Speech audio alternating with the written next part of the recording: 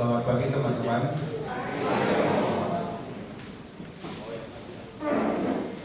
Bagaimana yang kemarin sudah lupa semua?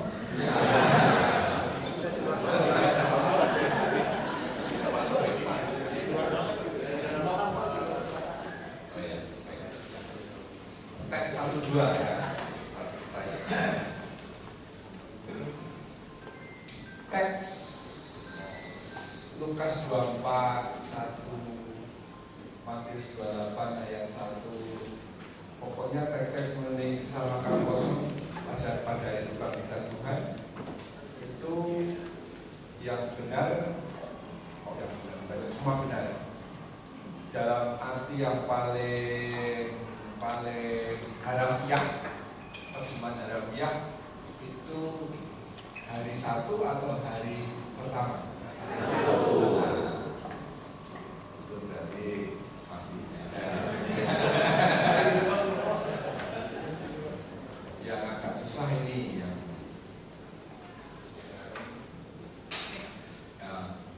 agak susah kalau itu. Ini aja yang ini yang kedua, doa Bapa kami. Saya sebut kemarin doa yang sangat sakral karena ada kata-kata khusus. Apa?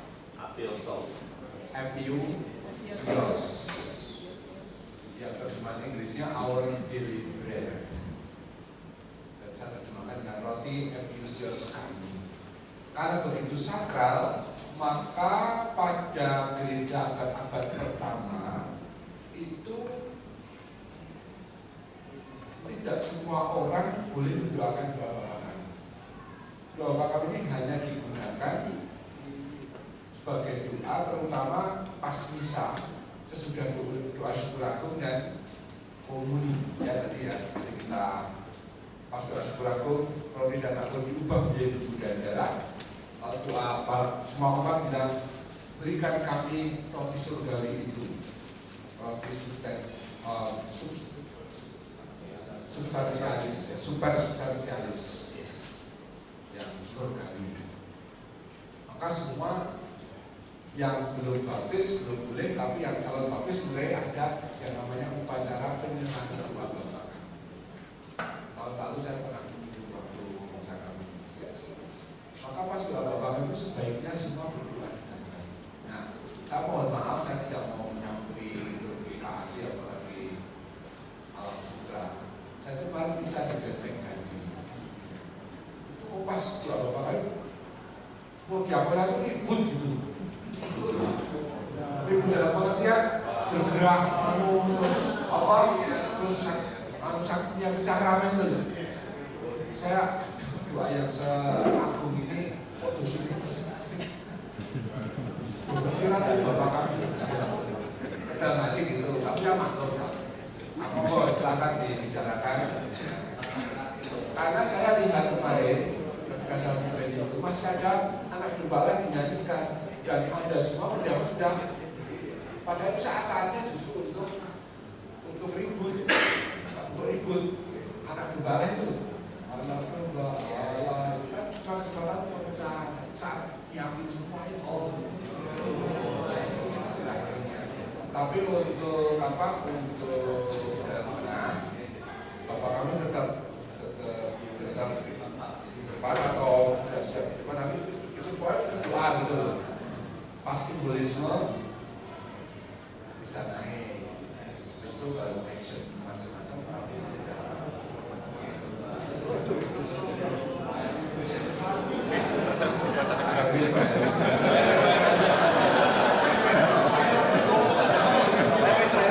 Tapi ini saya tidak mengatakan soal benar dan salah, tapi hanya karena agungnya dalam Bapa kami sakral, makanya nggak sadar.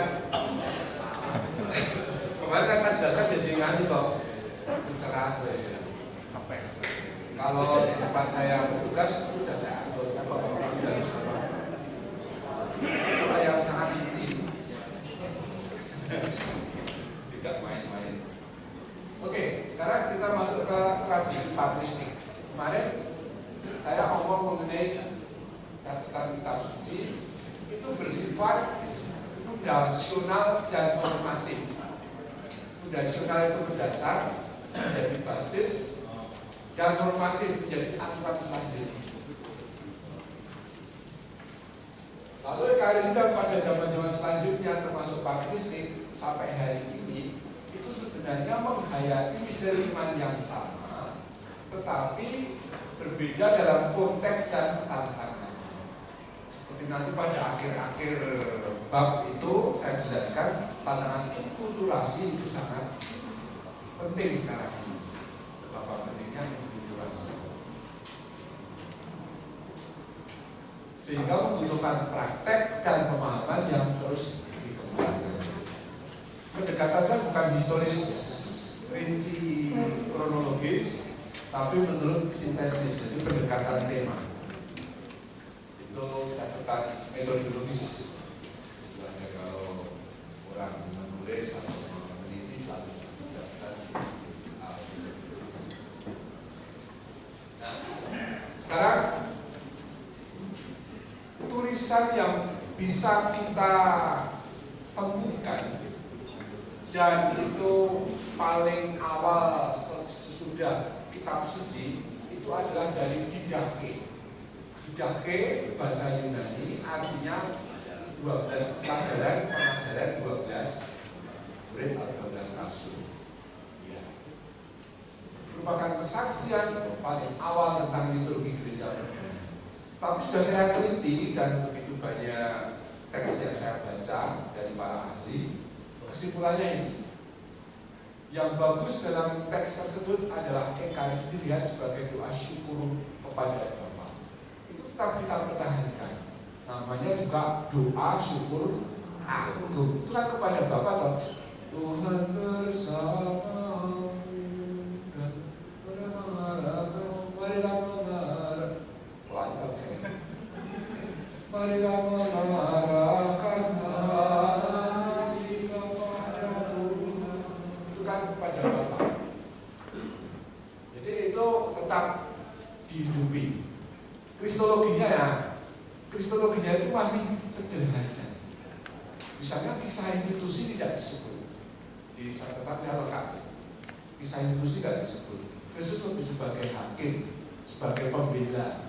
Tapi kristologi yang lebih rumit dalam pengertian seperti kitab suci itu mah tidak muncul. Oke. Ekaristi membangun kesatuan gereja. Gereja digambarkan seperti roti yang dihimpun menjadi satu. Itulah seperti gandum yang digiling dari berbagai tempat sumbernya untuk menjadi satu roti. Demikian pula kita itu dari macam-macam asal, tapi dijadikan satu oleh Kristus melalui Ekaristi. Tuh, poinnya di situ. Karena ini begitu sakral, maka menuntut dan juga kesatuan gereja menuntut rekonsiliasi, persaudaraan, dan kemurnian hidup komunitas. Ekaristi bergerak eskatologis selalu muncul dalam semua dokumen. Eskatologis itu berarti aspek akhir zaman. Jadi nanti kalau habis ini saya ngomong soal Irenaeus yang hubungannya Ignatius dari Antioquia tentang obat keabadian. Maranatha itu bahasa Arab ya, Tuhan datanglah. Nggak tahu ya saya.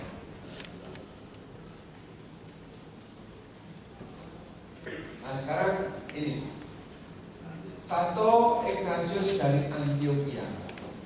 Saya itu senang sekali dengan komentar dari Paus Benediktus XVI tentang beliau. Mulai halaman 307. Coba dibaca halaman 307.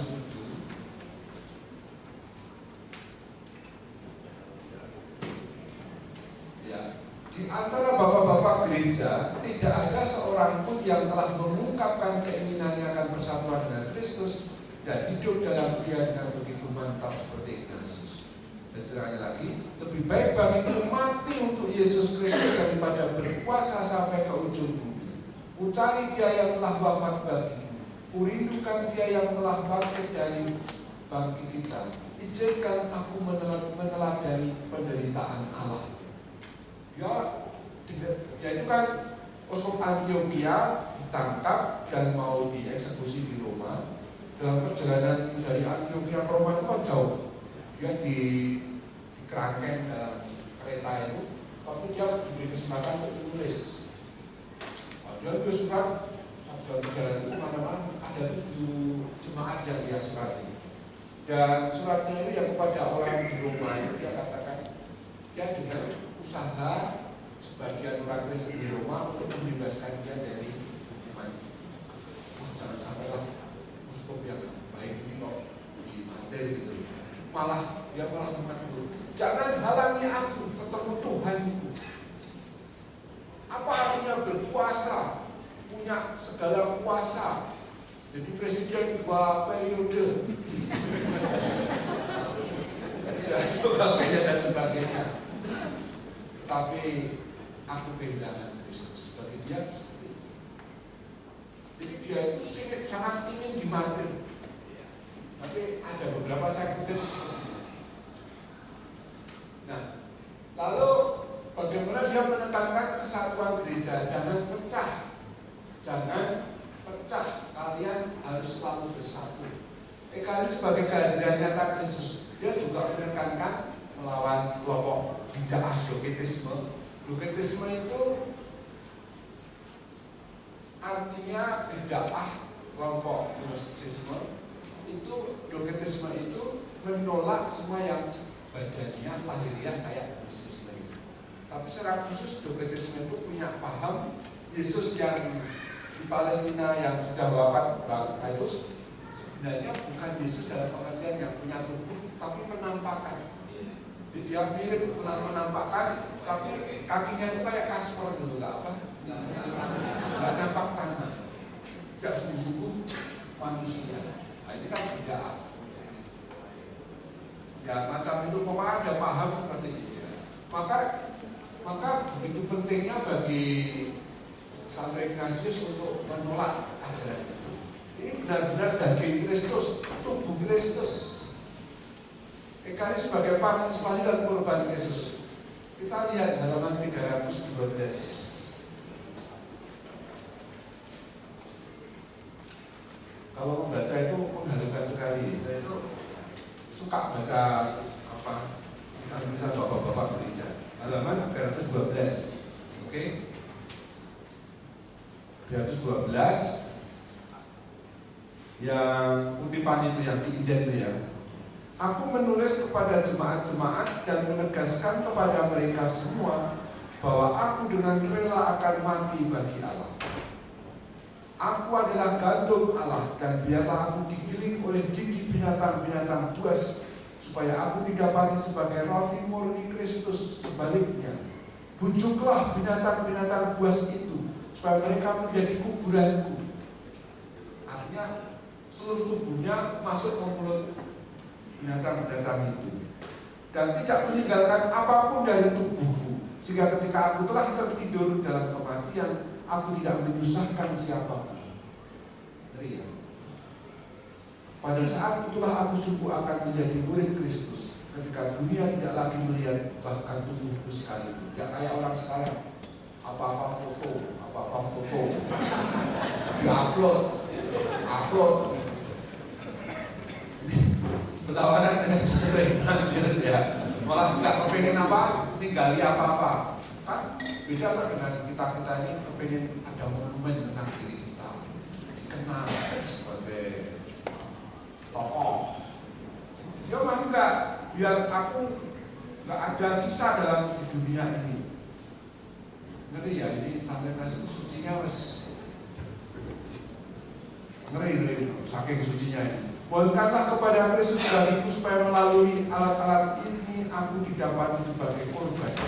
Aku tidak memberi perintah kepadamu seperti Petrus dan Paulus. Mereka adalah rasul-rasul, aku adalah seorang yang tertipu. Mereka bebas sedangkan aku sampai sekarang masih seorang hamba. Tetapi ketika aku menderita, aku akan menjadi orang merdeka dalam Kristus dan akan bangkit kembali dibebaskan di dalam Dia. Dan sekarang sebagai seorang tahanan, aku belajar untuk tidak menginginkan apapun yang duniawi atau sia-sia. Anu ya, kalau bahasa itu rasanya ada orang seperti itu gitu ya. Luar biasa. Ekaristi sebagai prinsip kehidupan gereja. Juxta Dominicam Juventus salam 314. Itu intinya hidup sesuai dengan artinya ya, juxta itu menurut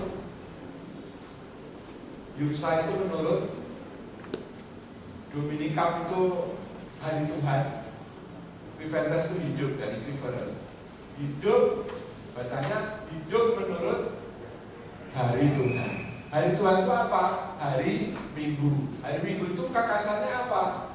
Merayakan. Hari Minggu itu adalah hari kebangkitan Tuhan. Perayaan atau yang apa yang dibuat gereja sejak gereja perdana untuk mengenangkan kebangkitan Tuhan hanya ada satu acara pokok namanya Ekaristi. Dengan lain kata, hidup menurut hari Tuhan berarti hidup secara Ekaristi. Ekaristi itu kan pengorbanan Kristus bagi kita. Maka orang Katolik kalau merayakan Ekaristi mestinya kan satu Yesus itu rela mengorbankan.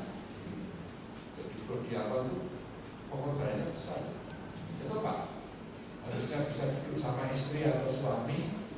Itu kita akan semua. Kalau di SMP kok apa ya? Bapak ya, udah beda ya. SMP. Itu berdialog itu ya. Iya Bapak ya. Ibu-ibu ngurus siapa?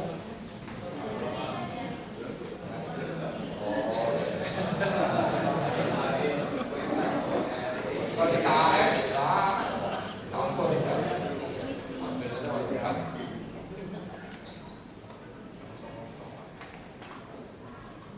Lalu Ekaristi sebagai obat keabadian, itu saya senang itu dengan obat keabadian. Lihat halaman 315 yang bawah, yang atas juga yang atau yang bawah ya, ada dua ya. Yang bawah aja, ya. Aku tidak lagi bersukacita dalam makanan yang fana maupun dalam kenikmatan hidup ini. Aku menginginkan roti Allah yang di roti surgawi, roti kehidupan yaitu daging Yesus putra Allah yang mudah berasal dari keturunan Daud dan Abraham. Dan aku menginginkan minuman Allah yang adalah kasih yang tak dapat binasa dan hidup yang kekal. Kalau istilah obat keabadian saya kutip di paling atas itu.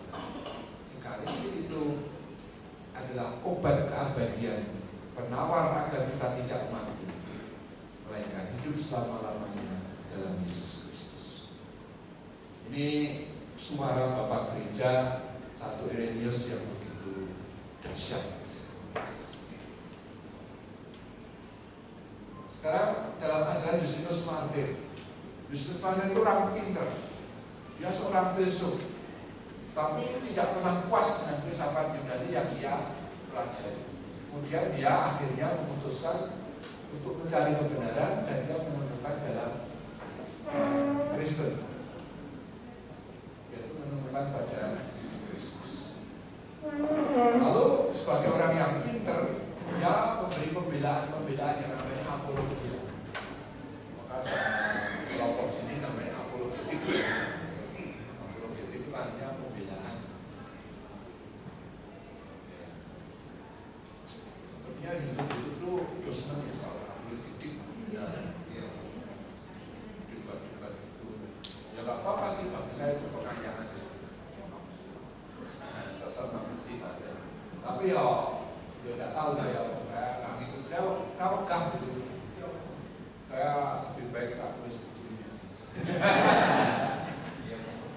Saya sosmed juga nggak punya sama sekali karena ribet ngurusin itu. Biar romo-romo lain yang pakai dari saya. Ekaristi sebagai ibadah sejati dan kurban rohani. Oke, kira-kira poin baik. 2. ketika sudah nyata melanjutkan gagasan dari kitab suci dan satu Irenaeus tentang Kristus sungguh hadir dalam rupa roti dan anggur. Tapi kekasan dari Kristus itu apa? Dengan epiklesis logos. Epiklesis itu permohonan seruan agar sang logos Yesus Kristus itu hadir dalam rupa roti. Jadi yang memberkati ketika Romo mengucapkan doa itu bukan Roh Kudus yang dimohon, tapi Kristus sendiri yang mengucap. Itu kekasannya itu. Dan memang lalu nanti menjadi sangat berpengaruh di gereja nanti. Saya tunjukkan. Nomor 3, Ekaristi hari Minggu perayaan gereja dan sumber solidaritas Kristiani. Saya mengutip apa yang begitu penting untuk saya. Perhatikan kata-kata Justinus Martyr. Dia mengatakan Ekaristi itu sudah dirayakan setiap hari Minggu secara khusus. Lalu apa yang dibuat? Mereka yang berkecukupan dan dengan sukarela memberi menurut kerelaan masing-masing. Jadi mereka yang berkecukupan dan dengan sukarela memberi menurut kerelaan masing-masing. Dan apa yang dikumpulkan diserahkan kepada pemimpin yang kemudian menggunakannya untuk menolong anak-anak yatim dan para janda, mereka yang sakit atau berkekurangan karena berbagai sebab. Mereka yang di penjara serta orang-orang asing yang tinggal di antara kami. Singkatnya, ia memelihara semua yang dibutuhkan, yaitu gereja. Gereja memelihara semua yang dibutuhkan dengan cara mengumpulkan. Maka kolektor itu kan sebenarnya kan kalau ada kewajiban 15% atau berapa ya sih, itu harus untuk orang miskin. Sosial, tapi untuk orang miskin, banyak sosial umum, orang miskin.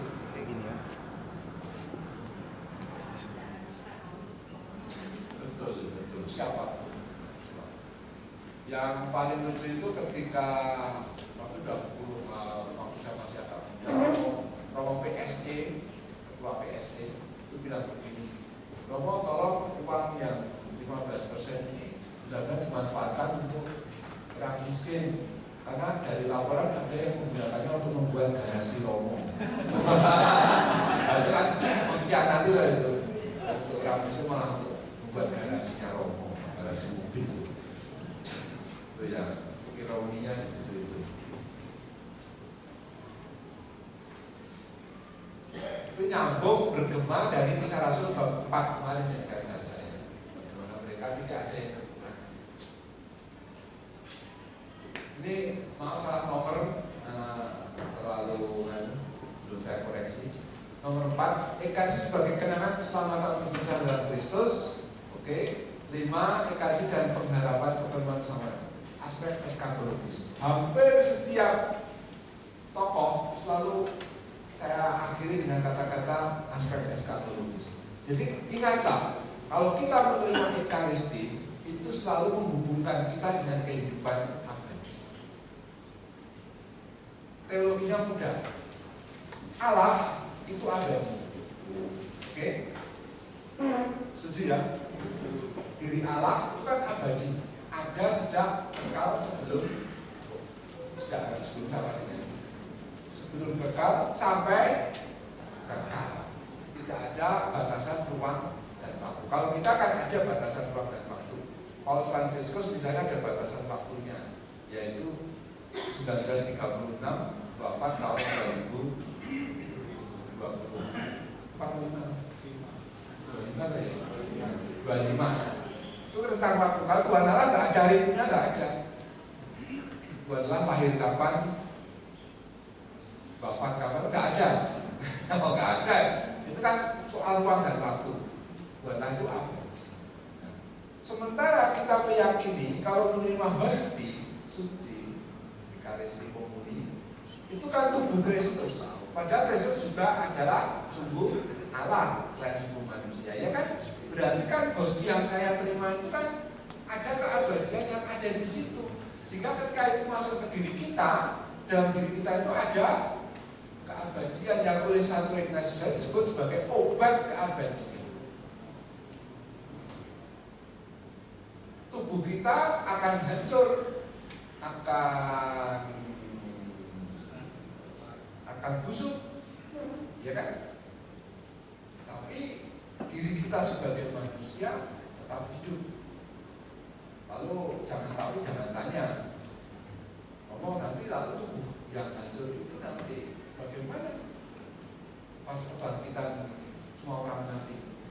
Wah, itu banyak diskusi, ramai sekali. Dan gereja sampai hari ini tidak pernah membuat ajaran resmi soal ini. Biarkan para teluk waktu debat sendiri. Karena namanya juga tidak jelas memang. Coba yang bagaimana tubuhnya Santo Ignatius Antioquia yang dimakan habis oleh binatang-binatang, sudah menjadi satu dengan singa, harimau. Padahal dimakan kan jadi dagingnya singa. Jadi memandang secara harafiah psikis itu salah. Tapi memandang nggak ada hubungannya juga ekstrem lain. Maka umumnya dipegang itu diri manusia, dirinya sebagai manusia, kayak Kristus itu dirinya sebagai Allah yang Allah dan manusia itu sebagai satu kesatuan yang tak terpisah. Lanjut. Sekarang Santo Irenaeus, ini juga martir, uskup Lyon, Prancis. Teori yang sangat terkenal dari jadi inti teologinya ini namanya teologi rekapitulasi. Dalam dunia ekonomi kan ada rekapitulasi nggak sih? Ada ya? Namanya apa? Rekap. Mengapa disebut rekapitulasi? Karena ini, ya dalam Yesus Kristus Allah menghimpun, merekap kembali seluruh sejarah manusia yang telah terputus oleh dosa Adam, dan memperbarui, memulihkan dan mempersatukannya kembali dengannya. Jadi Yesus Kristus itu sebenarnya dalam diri Kristus itu telah menghimpun kembali seluruh sejarah manusia yang sudah melawan gnostisisme. Bukunya yang sangat terkenal dan panjang namanya Ad versus Hereses. Ad versus Hereses. 1. Ekaristi sebagai korban pujian syukur gereja. Saya jelaskan dalam buku bagaimana seluruh ciptaan itu benar-benar alam semesta dengan bumi dan langit itu menjadi bagian dari rekapitulasi nanti, dan sekaligus juga pujian syukur kita kepada Bapa melalui Kristus. Mengapa penting dikatakan soal ciptaan? Karena gnostisisme itu tidak menyetujui atau mereka menolak bahwa Allah pencipta yang lahiriah. Allah itu kan baik, maka tidak mungkin menciptakan dunia yang jahat. Yang namanya daging jahat, yang namanya lahiriah itu jahat. Dengan cara seperti itu mereka menolak semua yang perbedaan alam ini.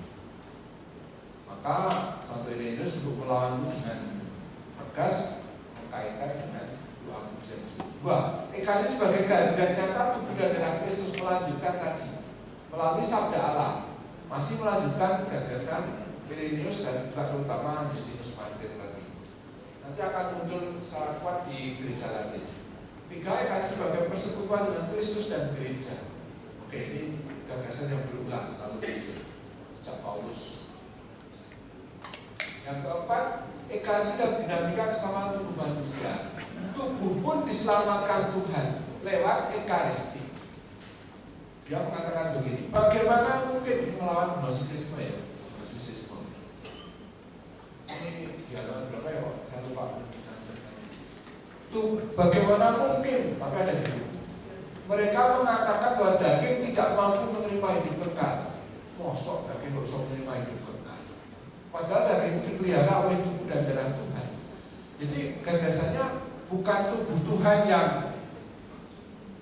yang diolah dan tenggelam dalam tubuh kita, tapi gagasan teologi terbalik.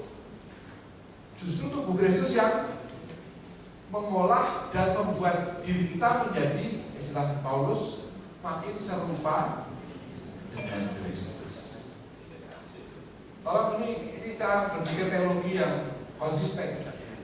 Kita sering membayangkan Ekaristi tak makan, terus ya menjadi pecahan-pecahan hormat, lalu menyatu dengan tubuh, lalu tubuh seolah-olah dan itu menguasai yang ada dalam tubuh. Teologi nggak gitu. Yang benar, kita justru makin dikuasai oleh Kristus, Tuhan Yesus. Terbalik. Bukan kita yang melebur Kristus, tapi Kristus yang mengajak supaya kita menjadi lebur pada dirinya. Paham ya? Meskipun susah dibayangkan, tapi percaya aja. Rasa ngeyel.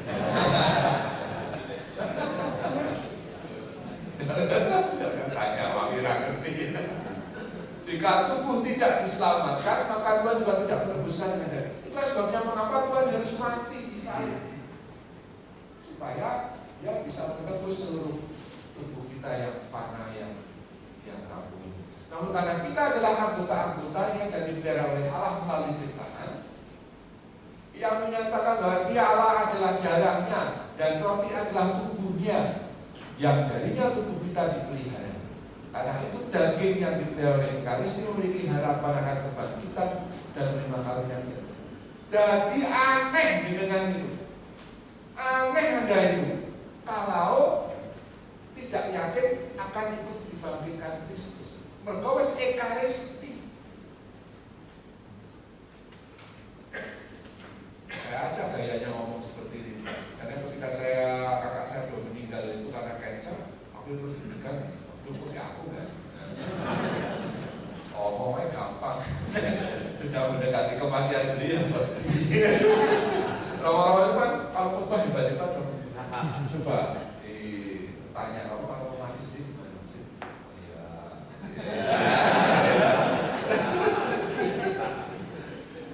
De facto itu ya, teorinya itu menguasai. Tapi toh saya yakin bukan dari nol. Bagaimanapun juga Ekaristi yang ada dalam diri kita, Indonesia, bagaimanapun juga tetap membentuk kita. Maka saya senang mengatakan bukan saya menulis Ekaristi, tapi Ekaristi membentuk saya untuk menulis tentang Ekaristi. Saya didikte oleh Ekaristi. Seperti tadi, bukan saya menguasai Tuhan dengan komuni, tapi Tuhan yang makin menguasai saya, sehingga saya menjadi serupa dengannya. Tujuan pokoknya kan itu.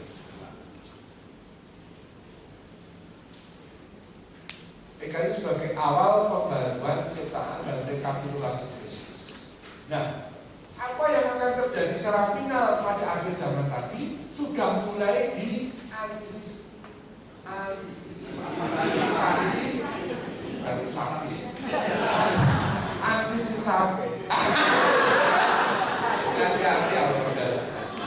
Pada dulu bukan antisipasi apa yang akan direkap oleh Tuhan sepenuhnya sempurna dan jadi Ekaristi itu suatu peristiwa yang merekapitulasi terus supaya nanti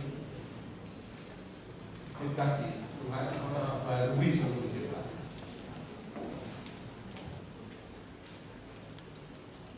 Sekarang, ini rodo angel, tapi dengarkan aja ya.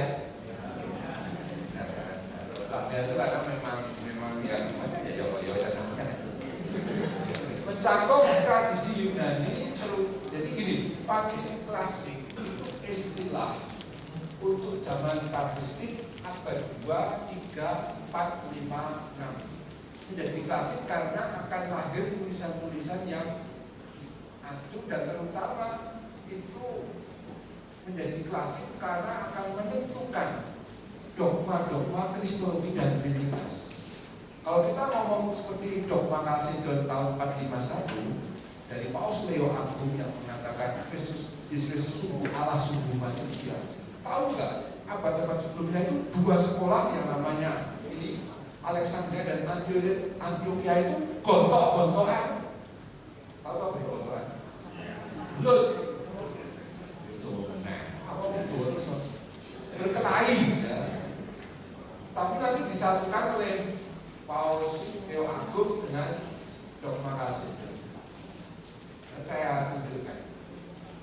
Yang kedua, tradisi gereja barat Latin. Kekasannya apa?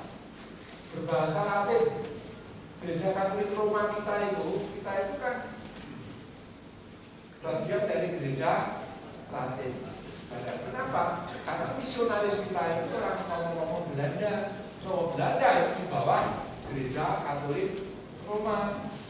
Maka kita jadi peserta mereka. Caranya karena menurut misionaris waktu itu tokoh yang terutama yang mengajarkan itu Ambrosius dan Aquinas. Tidak hanya mereka, tapi itu dua tokoh besar yang harus disebut dalam hal ini. Sekarang lihat, nah saya katakan agak angel itu di sini. Bapak gereja klasik itu ada dua, Yunani dan Barat atau Latin. Sekarang yang Yunani, yang Latin nanti. Oke? Nah, tradisi Bapak gereja Yunani itu ada dua sekolah. Dan masing-masing sekolah itu punya ciri khas. Seperti misalnya sekolah teologi itu kan ada banyak di Indonesia. Salah satu yang paling tua kami. Dan kami satu-satunya di Indonesia yang diakui paus, namanya Kepausan, Fakultas Teologi Kepausan, levelnya pontifical. Jadi ijazah yang dikeluarkan kami langsung diakui oleh Roma. Maka dalam ijazah bakalaureat, lisensiat, doktorat itu tertulis atas nama Paus Leo ke-14 sekarang ini ya. Namanya pausnya siapa? Kita tulis nama-namanya. Itu tanda tangan. Kalau bahasa umum itu dekan, kalau bahasa fakultas teologinya presiden atau ketua. Nah, begitu levelnya begitu. Tapi toh banyak sekolah tinggi filsafat teologi yang lain termasuk di Ankara, Pematang Siantar, Malang, Penyalai, Fajar Timur, Jayapura, itu kan masing-masing juga punya sekolah dan punya tradisi masing-masing. Ya. Nah, begitu pula ini sekolah Alexandria, kekasannya tekanan pada kesatuan Kristus. Tekanan pada kesatuan Kristus, pribadi sang sabda suka dengan eksegese alegoris. Alegoris itu cara penafsiran yang bersifat tipologis. Tipologis. Angel loh. Tapi saya akan contoh lalu gampang. Jadi penafsiran alegoris atau tipologis itu begini. Para bapak gereja itu menulis ketika banjir ini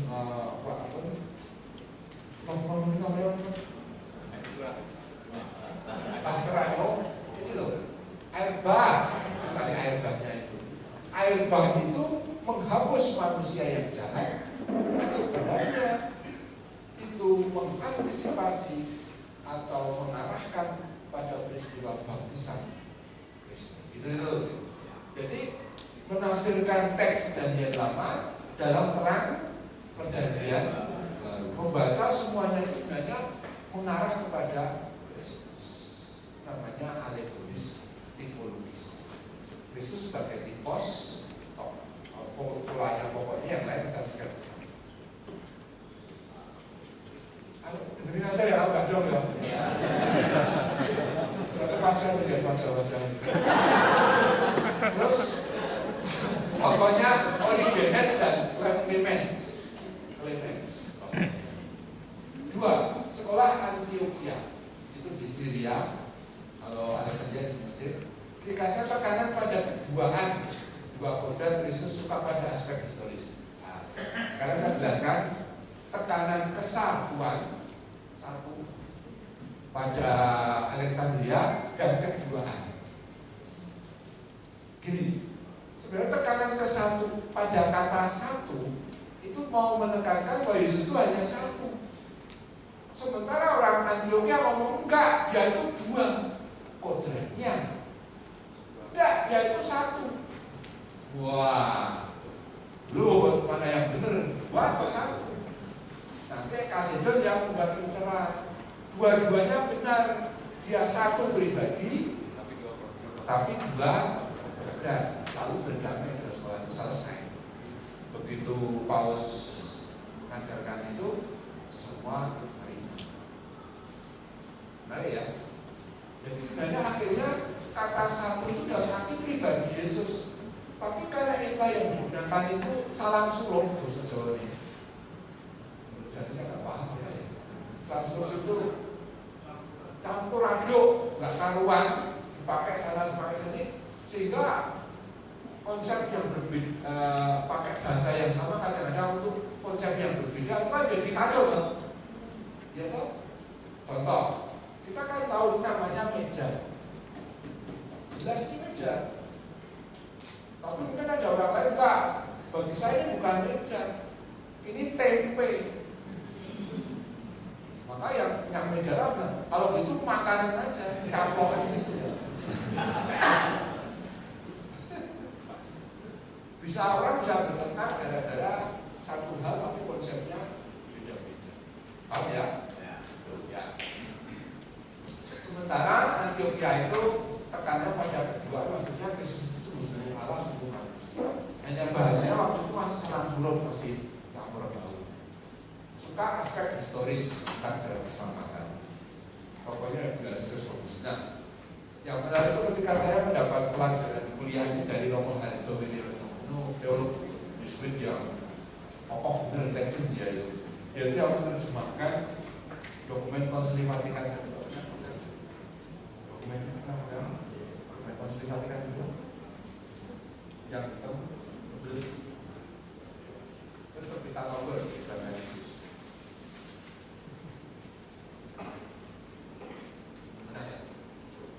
Semua terjemahan dia itu teolog KBI.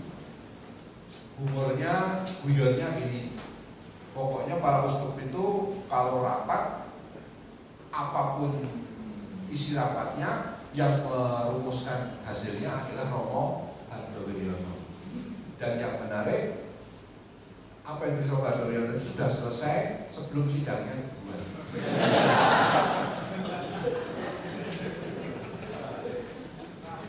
Saking pinternya, jadi merumuskan apa yang diusung, ngomong apa aja silahkan. Akhirnya keputusan Romo Harto itu yang hasilnya ini. Lucu pokoknya kan. Tapi hanya aja, ketawa aja, humor aja. Nah, beliau waktu ngajar kami itu ngajar soal ini, pertengkaran dua pihak ini. Tapi kalau uji lucu banget ya. Jadi kalau saya dapatnya memang sih tentang Nestorius dan Konsili Efesus 431 tahunnya 431. Nah ketika ngomong mengenai pas ujian itu saya duduk, Brother apa ini ada tulisan apa Damaria itu perkara Bunda Maria itu di sidang konsili apa tahun berapa ya? Nah, mereka ngomong, oh itu konsili Efesus ngomong tahun berapa? 431 ngomong ya. Tokohnya siapa ya? Nestorius ngomong ya. Nestorius mengajarkan mereka percaya kalau Maria itu Bunda ya kan? Dia tokoh sendiri. Tapi teman saya ada yang cerita ini lucu. Karena saya nggak diuji itu, tapi dia diuji ini. Nanti tadi makan apa di makan tempemu berapa? Satu Romo. Oh ya, tempemu makan satu ya toh? Ya. Oke, dalam sejarah dogma kristologi sekolah mana yang menekankan satu itu? Dia harus jawab Antioquia. Antioquia. Apa? Alexandria. Ada apa tuh itu? Mau dikejar. Lucu-lucu aja, ya, mulai dari pengalaman. Sama KTP-nya 2. Oh iya, kalau 2 itu berarti sekolah mana yang menekankan keduaan? Nah, Antioquia apa itu? Yang ngomong. Lucu kalau uji. Tapi SKS-nya ngeri. Dogma Kristologi dan Identitas itu berapa? 8. SKS satu mata kuliah itu. Sehingga ketika kami dapat A, itu rasanya kayak, wow, sorak-sorai. Apa? IPK-nya naik. Saya ngedrill seorang suster, berapa suster, terus ngedrill itu apanya? Ngandir saya. Suster kalau tanya ini jawabannya, katanya oh saya akan ngajar. Begitu dia dapat A, mantap, dapat aku, wow. Saya ikut senang itu. Ternyata, tuh. Nah, ini bagus. Bagan yang wah, ini kalau tidak terlalu mana ya? Itu nggak ada. Itu lebih detail. Tapi karena saya tahu ini wah nggak bisa selesai dengan saya persatu, kalau saya bagankan aja biar langsung juga lebih jelas perbedaannya. Coba lihat. Berarti Alexandria menekankan satu pada Filosofi akhirnya Antioquia pada keduaan dalam arti kodrat. Keduaan itu bagi tekanan yang sangat penting apa? Pada sejarah inkarnasi menjadi manusia dan sebagainya, itu Antioquia. Titik tolaknya kalau Alexandria itu mengenai logos yang menjadi daging, inkarnasi. Oke, inkarnasi tahu ya, dari kata inkaro, bukan dari nasi. Nasi itu nasi goreng, ya kan? Nasi goreng, nasi bakar itu enak. Ya. Kalau kami yang nggak makan nasi ya. Jadi itu apa titik tolaknya? Lalu makna Ekaristi lebih sebagai partisipasi dalam logos. Partisipasi dalam logos artinya apa? Dengan Ekaristi kita bisa ambil bagian dalam hidup Kristus yang telah menjadi manusia, wafat dan bangkit. Dan kini bersatu dengan Bapa di surga. Ekaristi itu menyatukan kita, membuat kita bisa ambil bagian dalam hidup Tuhan.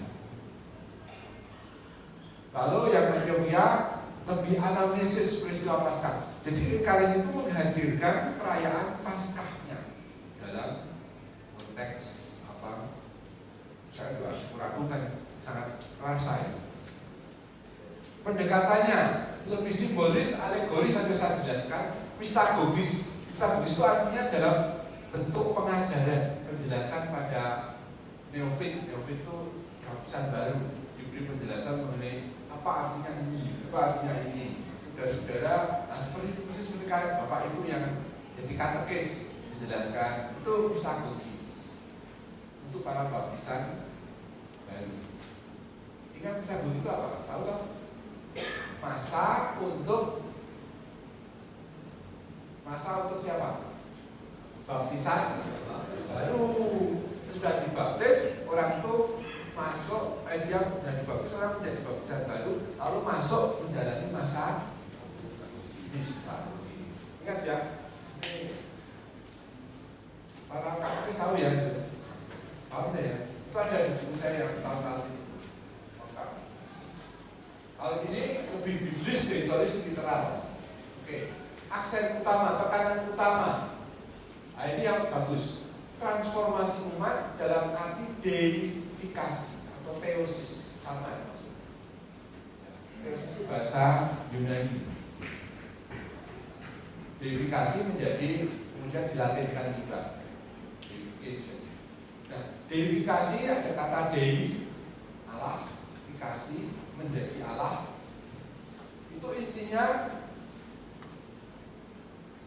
melalui Ekaristi kita diubah menjadi Allah dalam pengertian bukan dalam arti menjadi Allah, tapi kita ambil bagian dalam hidup Allah. Nanti kan saya jelaskan dengan kata partisipasi tadi.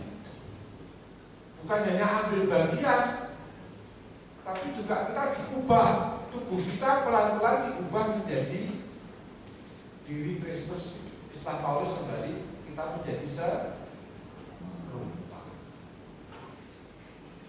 Pokoknya kalau nggak paham, dengerin aja ya. Lalu, bukan angel, saya sudah bilang ini angel. Kalau teknologinya itu mengadakan sekian SKS untuk memahami. Tapi biar sekali-kali mendengarkan kuliah yang angel ini. Kalau ini aktualisasi karya keselamatan, jadi apa yang, jadi kayak gini loh, saya boleh agak kasar, meskipun tidak kasar itu. Pendekatan akhir saja itu lebih ke atas. Jadi kita ambil bagian dalam hidup Allah. Lalu kok bisa? Iya, karena punya jalan. Namanya Yesus Kristus. Itu punya cantolannya. Nah kok bisa nyangkel?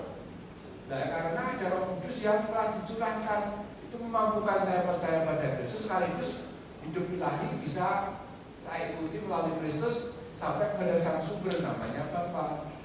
Jadi omong Bapa Roh Kudus itu tidak bisa dipisah. Kayak gini ya.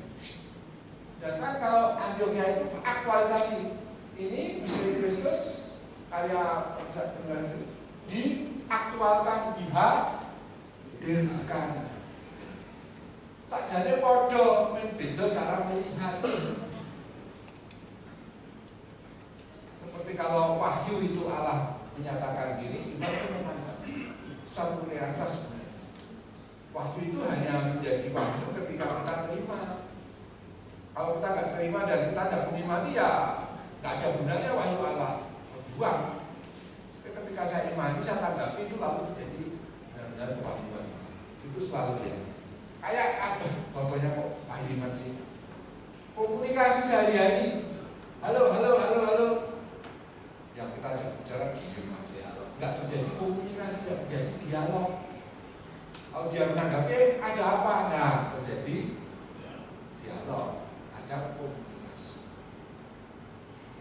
Itu selalu menandakan dua gerak, dilihat dari dua arah. Tapi satu realitas komunikasi. Dialogku dengan dia, aku menyapa, dia menjawab, dan selanjutnya terjadi. Realitasnya satu, dialog. Neng, sekolah aku takon, sekolah dia nggak maksudnya. Seperti mana? Kalau di rumah Jawa aku tadi apa ya? Tanda dan realitas. Tanda itu partisipasi dalam realitas ilahi. Jadi Ekaristi menandakan partisipasi dalam ini menghadirkan. Coba lihat kata kunci itu. Ini kayak ini ya. Paham ya? Yang terakhir pengalaman bersama mistik dengan Kristus, keterlibatan dalam misteri Paskah. Dah. Mau nggak mau, dong lanjut. Sekarang puncaknya dari sekolah Antioquia, yaitu Santo Yohanes Chrysostomus, puncak teologi Ekaristi. Yohanes Chrysostomus terkenal sebagai si mulut emas, akhir-akhir ya, mulut emas, bukan mulutnya dari emas, giginya emas ya. Pada zaman dulu kan banyak tuh orang-orang tua giginya emas, simbol pengakuan kalau kaya ya.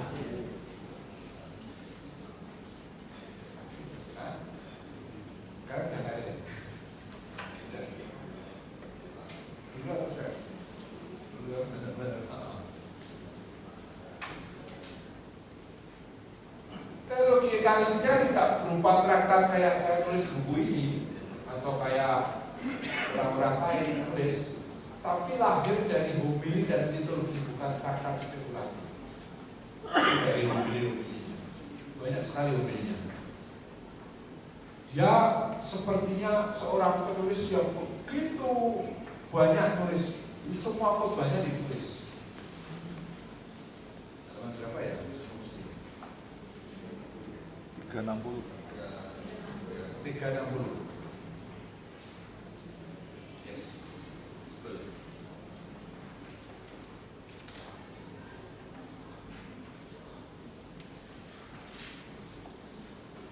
Itu saya baris keberapa itu? Nomor 360. Di antara para bapak gereja, ia termasuk yang mewariskan paling banyak tulisan. 1, 2, 7.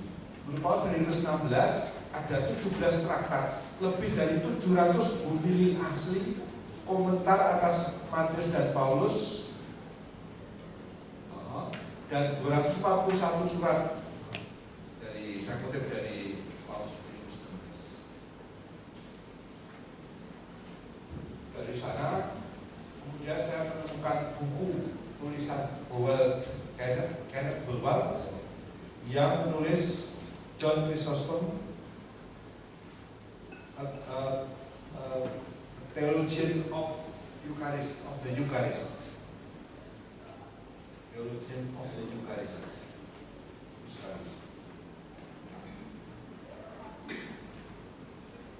Ya. Ekaristi dipahami sebagai tindakan Kristus sendiri, kehadiran nyata korban salib dan sumber pembentukan dia sebagai tubuh Kristus. Inti pemahamannya, nah ini kalau dia selalu ngomong banyak korbannya. Di mana ada Kristus, di situ pula ada surga.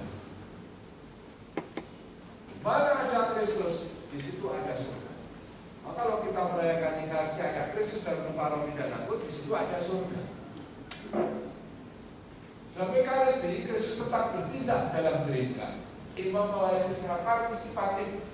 Jadi Romo itu hanya melayani. Roh Kudus menghadirkan misteri surga. Liturgi adalah kelanjutan misteri inkarnasi sabda Kristus, inkarnasi salib Paskah dalam kuasa Roh Kudus. Oke ya. Lalu nomornya harusnya 1, 2, 3, 4. Ketika dibuat itu otomatis 1 terus. Mungkin terngiang-ngiang dari 1 ini. Ya gitu. Tapi nggak apa-apa, itu di buku lebih presis tepat. Kristus sendiri bertindak dalam Ekaristi. Ekaristi adalah tindakan Kristus yang hidup dalam gereja. Kalau gereja Latin kan merumuskan in persona Christi. Tapi kalau rumusannya Antioquia itu lebih pada tindakan Kristus. 2, kehadiran nyata tubuh Kristus. Ulang-ulang lagi ya. Tubuh yang diterima dalam tubuhnya adalah tubuh Kristus yang sama, yang lahir, wafat dan dimuliakan. 3, Ekaristi membentuk gereja sebagai tubuh Kristus. Dari satu roti lahirlah satu tubuh gereja. 4, Ekaristi menyembuhkan memori. Ini kalau masuk ini ya, mau berhenti di sini. Ini termasuk tema yang saya sukai, yang sering saya khotbahkan. Maka kemarin sudah thanksgiving saya menyinggung. Bahasa Yunaninya namanya mnesikakia. Mnesikakia itu bahasa Yunani yang artinya ini, mengingat kejahatan, mengingat luka yang diterima, memelihara dendam dan rasa kepahitan atau amarah. Dan Santo Yohanes Chrysostom itu hampir selalu menyinggung soal ini dalam khotbahnya.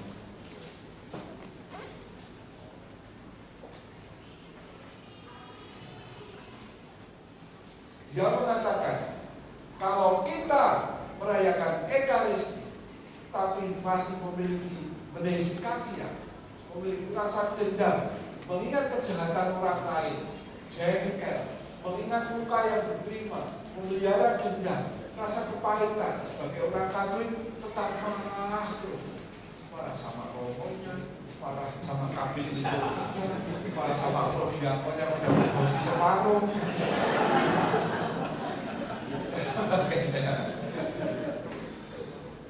Maka Ekaristinya menjadi tidak efektif.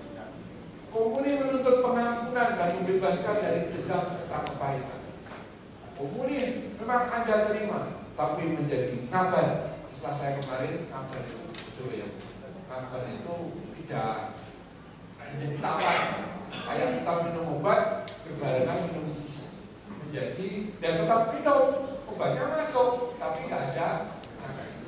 Jadi efek sehebat apapun dari kasih yang adalah tubuh Kristus yang kudus obat keabadian, tapi menjadi tawar ketika masih punya perisikan. Yang mau dikatakan oleh, nah ini saya kutipkan satu.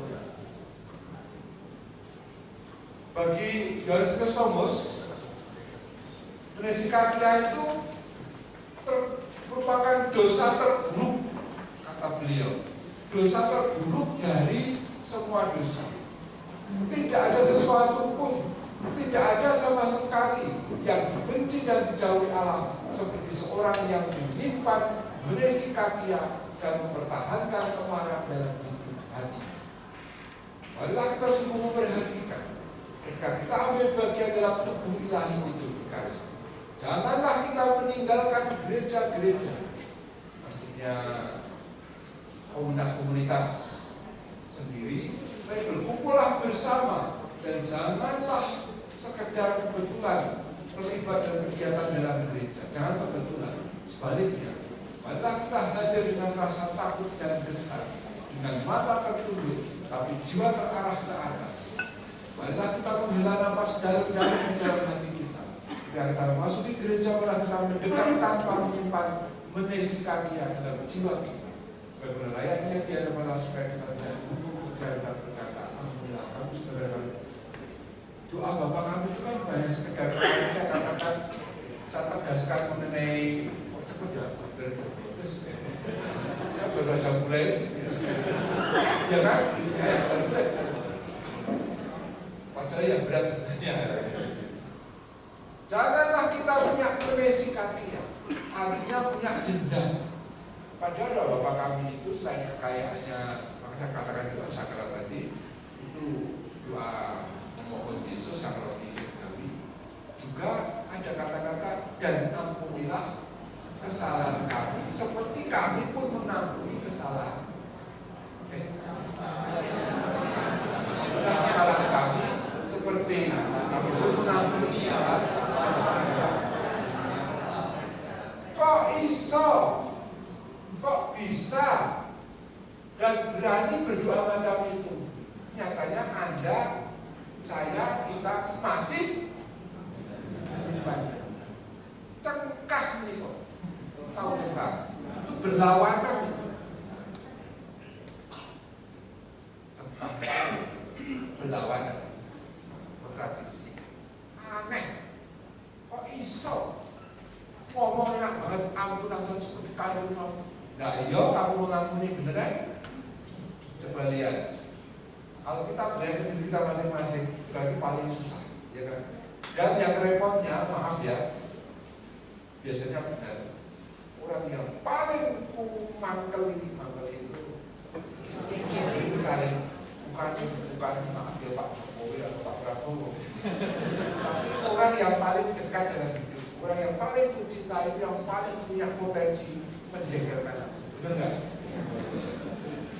Warga. Orang yang paling mencintai saya adalah orang yang paling membuat saya sakit. Pasti benar. Tapi ketika mereka sungguh membagikan, aku paling bahagia karena mereka yang pernah mencintai. Itu lagi. Kita ketika berani mencintai, kita sebenarnya menyiapkan diri untuk sekaligus paling dilukai, tapi juga menerima paling bahagia. Dua-duanya satu paket yang harus kita terima. Jangan hanya paketnya ini nanti toh. Semua itu ada paketnya. Jadi uskup, gue itu paketnya dihormati, disebut-sebut terus. Uskup, kemudian di depan terus kabarnya bagus, mobilnya bagus, semua dilayani, sambut sama anak-anak itu. Tapi itu paketnya nengke, banyak pekerjaannya nengke.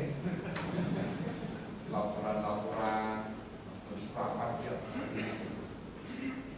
Kapan sempat ketawa?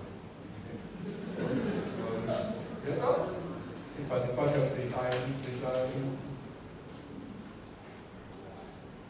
Saya selalu bilang pada kawan-kawan saya, jangan mimpi jadi uskup.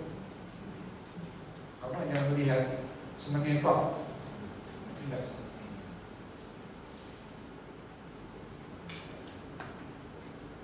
Aku baik kalau sama. Ini contoh aja. Setiap tugas jabatan itu selalu ada paketnya. Prodiakon ada paketnya kan kayak terima udah darah Kristus lepas Romawi, ya kan? Terus apa lagi ya? Tempat-tempat duduk kalau yang lain apa harus 3 jam sebelumnya cerewet, ya. Jalan santai lah, bakalan ada.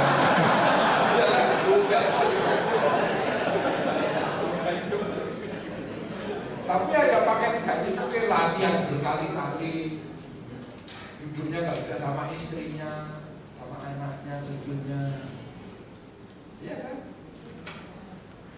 Masih ada ini, wah ya, semua ada paketnya masing-masing. Jadi nopo enak, kan mesti telaknya kayak ngomong ditunggu dan langsung di tengah dia. Ini mikirnya bumi terus.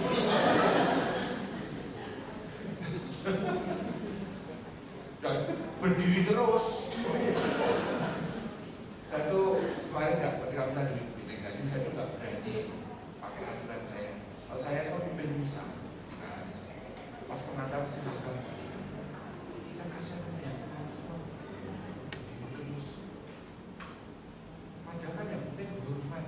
Hormat itu kalau orang Jawa duduk itu hormat. Lihat ketoprak pernah. Kalau ratunya raja sedang duduk ini, ada pakai semua duduk di bawah, hormat. Kalau dia berdiri berarti dia melawan. Terus siapa dia? Terus tok gitu. Ya kan ada itu ya. Nah, coba raja-raja dan ketoprak kan pasti ada. Tapi bagi kami orang Jawa duduk itu sangat hormat. PPE, menulis apa PPE? Tulis ketika elevasi supaya memandang. Itu kan abad, nanti tak sampai pada itu. Kan abad 11-12 ketika orang-orang fokusnya komunimata, udah puas dengan komunimata. Ada hormat, ada sembah, malah dulu. Kami orang Jawa, tanda hormat justru malah. Maka saya bilang ke umat saya, boleh. Enggak, PP itu ngomongnya rumah enggak kira coro rumah. Maka banyak ahli liturgi itu enggak sekedar soal kontekstual, kadang-kadang aturannya gini kok, hitam di atas putih. Tuh, tapi ya sudah, kalian kan di alam sutra, jadi kalau bantu, wah, lebih nyaman, silakan dulu. Tapi saya senang kemarin dengan rohani juga ternyata, karena saya tidak kebiasaannya kata-kata. Kalau saya lewat pas perayaan lagi anak saya ini berkati, anak itu senang. Apa? Ibunya jangan.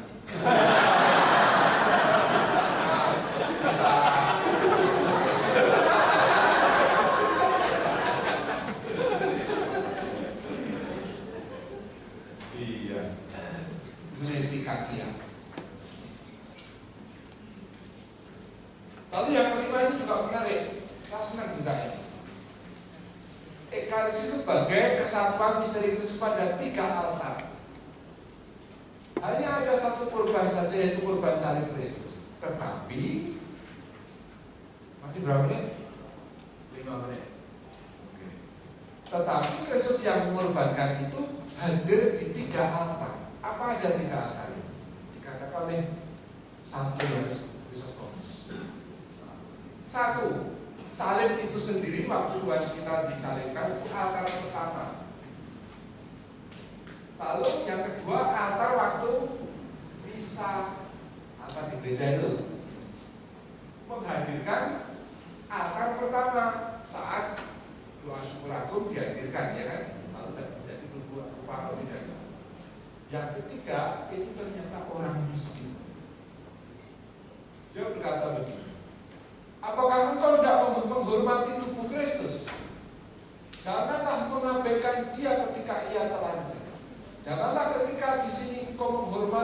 pakaian sutra dan pakaian batik yang bagus atau pakaian yang mahal, engkau mengabaikannya di luar sana yang hampir binasa karena kedinginan dan ketelanjangan orang-orang miskin. Bila kamu melihat seorang beriman yang miskin, pikirkan itu, bahwa kamu sedang melihat sebuah altar, tempat Kristus mengorbankan dirinya. Ketika kamu melihat seorang pengemis, jangan menghina, tapi hormatilah dia. Dan jika kamu melihat orang lain menghinanya, cegahlah, jangan sampai hal itu. Saya sadar tentang hal ini dan selalu berupaya supaya selalu hormat pada karyawan, pada pegawai rendahan. Saya itu kan orang yang suka bawa oleh-oleh. Artinya oleh-oleh yang saya berikan, saya bagikan kepada. Kemarin kan saya landing, kan oleh Garuda diberi roti. Kalau yang campuran kacang, kacangnya ya macam-macam. Itu saya makan, itu supaya saya nggak asam lambung. Tapi rotinya saya nggak boleh makan, tak simpan. Ya seperti saya siapa? Sabinus. Lalu saya pikir Sabinus siapa? Karyawan di SMI. SMI itu pasturan, ada yang pelayan yang ngurusi pembersihan kamar dan sebagainya, negeri bajunya romo. Saya kulino ke sana, apa namanya Sabinus. Pas saya datang nggak ketemu dia gitu. Terus kemarin saya seharian pergi. Terus pagi ketemu, saya udah doa pada Tuhan, pertemukan saya dengan Sabinus. Terus dia muncul.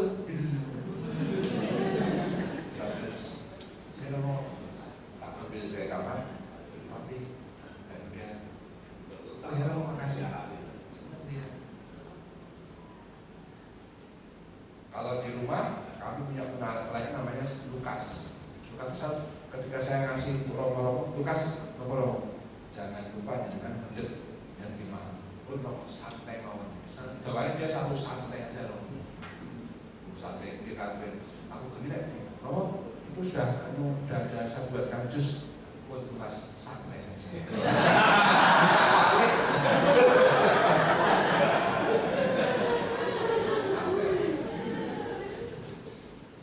Jadi relasinya itu dekat gitu. Nah ini cara saya untuk menghormati antar. Tapi kalau misalnya nanti kita ada Pak Oga, saya amati beberapa Oga itu nggak pernah diberi. Mobil-mobil bagus tuh kalau hanya lewat aja, gue dikasih. Apalagi kalau saya bisa di Pugeran itu kan, saya tanya ada nggak uang recehan 1000-an, masih banyak kalau mau itu kan levelnya karena masih sederhana. Jadi tukar gitu. Terus siapkan aja. Dan kalau masih orang itu nggak usah mikir masih muda, masih apa, kuat. Dia urusannya dia kasih aja pokoknya. Nah, itu cara kita menghormati antar. Ya, berapa menit lagi? 2 menit.